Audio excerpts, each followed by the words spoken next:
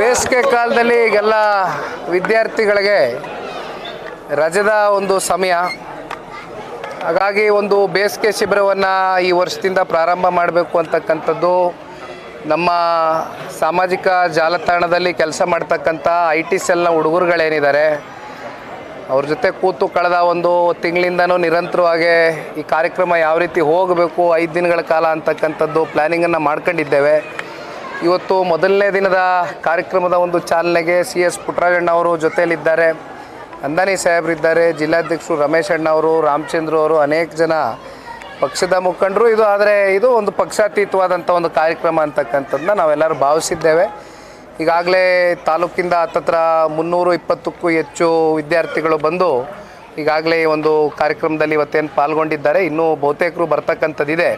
ಹಾಗಾಗಿ ಬೇಸಿಗೆಯ ಈ ಒಂದು ಕಾಲದಲ್ಲಿ ಇವತ್ತು ಡ್ಯಾನ್ಸ್ ಇರ್ಬೋದು, ಕರಾಟೆ ಇರ್ಬೋದು, ಅಥವಾ ಕಲೆಗೆ ಸಂಬಂಧಪಟ್ಟಂಥ ಯಾವುದೇ ಒಂದು ವಿಚಾರ ಇರ್ಬೋದು, ಎಲ್ಲದರಲ್ಲೂ ಒಂದು ಪ್ರೋತ್ಸಾಹ ಕೊಡ್ತಕ್ಕಂಥ ಒಂದು ಕೆಲಸ ಆಗಬೇಕಾಗಿದೆ ಮುಂದಿನ ಭವಿಷ್ಯದ ಪೀಳಿಗೆಗಳಿಗೆ. ಆ ಹಿನ್ನೆಲೆಯಲ್ಲಿ ಈ ಕಾರ್ಯಕ್ರಮವನ್ನು ಚಾಲನೆ ಕೊಟ್ಟಿದ್ದೇವೆ. ಚೆನ್ನಾಗಿದ್ದಾರೆ, ಡೆಲ್ಲಿನಲ್ಲಿದ್ದಾರೆ. 14ನೇ ತಾರೀಕು ಕ್ಯಾಬಿನೆಟ್ ಇದೆ, ಕ್ಯಾಬಿನೆಟ್ನ ಅಟೆಂಡ್ ಮಾಡ್ತಾರೆ. ಆರೋಗ್ಯ ಚೆನ್ನಾಗಿದೆ, ಯಾರೂ ಕೂಡ ಆತಂಕ ಪಡ್ತಕ್ಕಂಥದ್ದೇನು ಬೇಡ.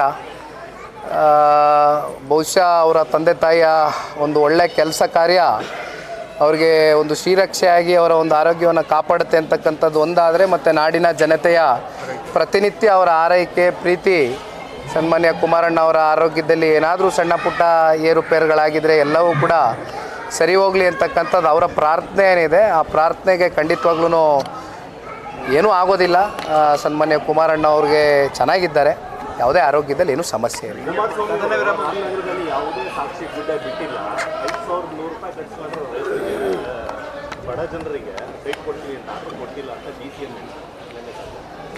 ಈಗ ಅಂತಿಮವಾಗಿ ಈ ರಾಜ್ಯದ ಉಪಮುಖ್ಯಮಂತ್ರಿಗಳಿಗೆ ನಿನ್ನೆ ದಿನ ಅದೆಂಥದ್ದು ಅವರ ಕಾಂಗ್ರೆಸ್ನ ಆರ್ಗನೈಸೇಷನ್ಗೆ ಸಂಬಂಧಪಟ್ಟಂತೆ ಯಾವುದೋ ಒಂದು ಸಮಾವೇಶ ಮಾಡ್ಕೊಂಡಿದ್ದಾರೆ. ಅಲ್ಟಿಮೇಟ್ಲಿ ಇವತ್ತು ನಮ್ಮನ್ನು ಅವರು ದೂರ್ತಕ್ಕಂಥ ಒಂದು ಕೆಲಸ ಮಾಡಬೇಕಾಗಿದೆ, ಒಂದು ರಾಜಕೀಯ ಪಕ್ಷವಾಗಿ ಮಾಡಿದ್ದಾರೆ.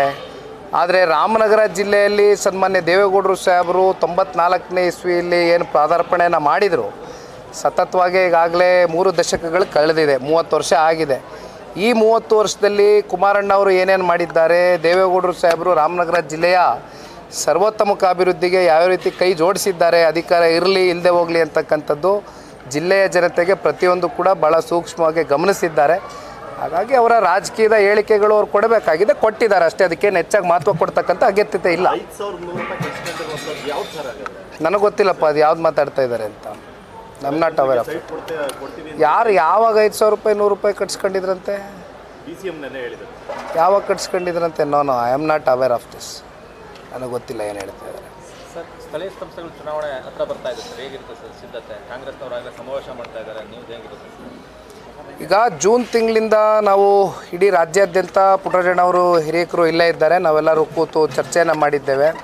ಎಲ್ಲ ಹಿರಿಯಕರ ಸಮ್ಮುಖದಲ್ಲಿ ಜೊತೆಯಲ್ಲಿ ಸನ್ಮಾನ್ಯ ದೇವೇಗೌಡರು ಸಾಹೇಬರ ಮಾರ್ಗದರ್ಶನ ಇದೆ. ಕುಮಾರಣ್ಣ ಅವರ ನಾಯಕತ್ವದಡಿ ಇವತ್ತು ಪಕ್ಷ ಕಟ್ತಕ್ಕಂಥದ್ದಕ್ಕೆ ಬಹುಶಃ ಜಿಲ್ಲಾ ಪಂಚಾಯತಿ, ತಾಲೂಕು ಪಂಚಾಯತಿ ಚುನಾವಣೆಗಳನ್ನ ಅತಿ ಶೀಘ್ರದಲ್ಲೇ ನಾವೇನು ಎದುರು ನೋಡ್ಬೋದು.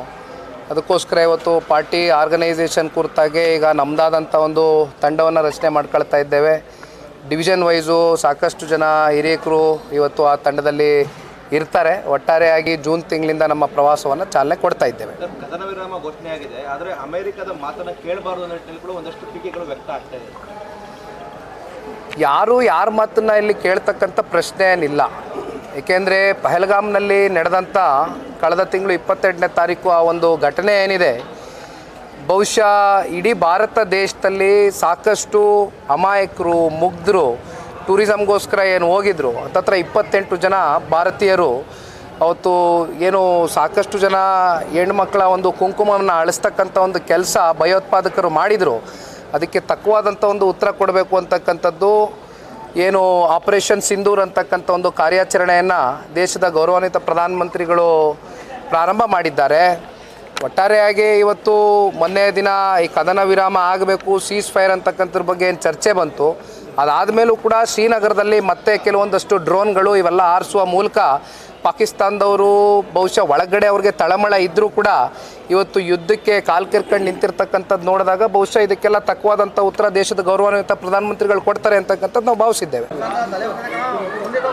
ಬೇಸಿಗೆ ಕಾಲದಲ್ಲಿ ಈಗೆಲ್ಲ ವಿದ್ಯಾರ್ಥಿಗಳಿಗೆ ರಜದ ಒಂದು ಸಮಯ, ಹಾಗಾಗಿ ಒಂದು ಬೇಸಿಗೆ ಶಿಬಿರವನ್ನು ಈ ವರ್ಷದಿಂದ ಪ್ರಾರಂಭ ಮಾಡಬೇಕು ಅಂತಕ್ಕಂಥದ್ದು ನಮ್ಮ ಸಾಮಾಜಿಕ ಜಾಲತಾಣದಲ್ಲಿ ಕೆಲಸ ಮಾಡ್ತಕ್ಕಂಥ IT ಸೆಲ್ನ ಹುಡುಗರುಗಳೇನಿದ್ದಾರೆ ಅವ್ರ ಜೊತೆ ಕೂತು ಕಳೆದ ಒಂದು ತಿಂಗಳಿಂದನೂ ನಿರಂತರವಾಗಿ ಈ ಕಾರ್ಯಕ್ರಮ ಯಾವ ರೀತಿ ಹೋಗಬೇಕು 5 ದಿನಗಳ ಕಾಲ ಅಂತಕ್ಕಂಥದ್ದು ಪ್ಲ್ಯಾನಿಂಗನ್ನು ಮಾಡ್ಕೊಂಡಿದ್ದೇವೆ.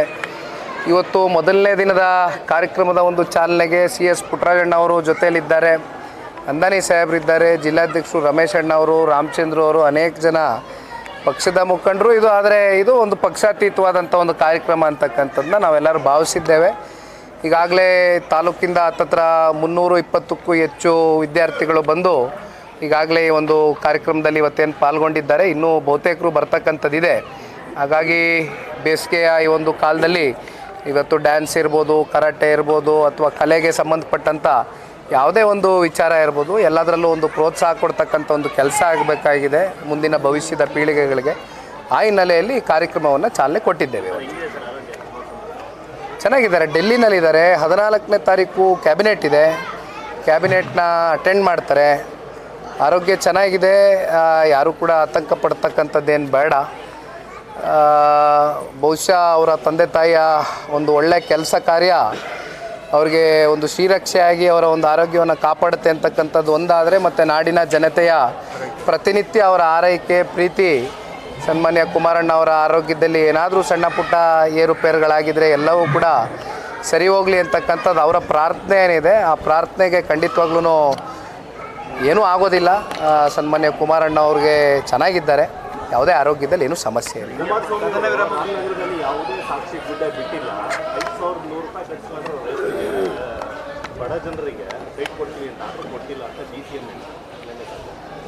ಈಗ ಅಂತಿಮವಾಗಿ ಈ ರಾಜ್ಯದ ಉಪಮುಖ್ಯಮಂತ್ರಿಗಳಿಗೆ ನಿನ್ನೆ ದಿನ ಅದೆಂಥದ್ದು ಅವರ ಕಾಂಗ್ರೆಸ್ನ ಆರ್ಗನೈಸೇಷನ್ಗೆ ಸಂಬಂಧಪಟ್ಟಂತೆ ಯಾವುದೋ ಒಂದು ಸಮಾವೇಶ ಮಾಡ್ಕೊಂಡಿದ್ದಾರೆ. ಹೆಚ್ಚಿನ ಸುದ್ದಿಗಳಿಗಾಗಿ ನಮ್ಮ ಚಾನೆಲ್ನ ಸಬ್ಸ್ಕ್ರೈಬ್ ಮಾಡಿ,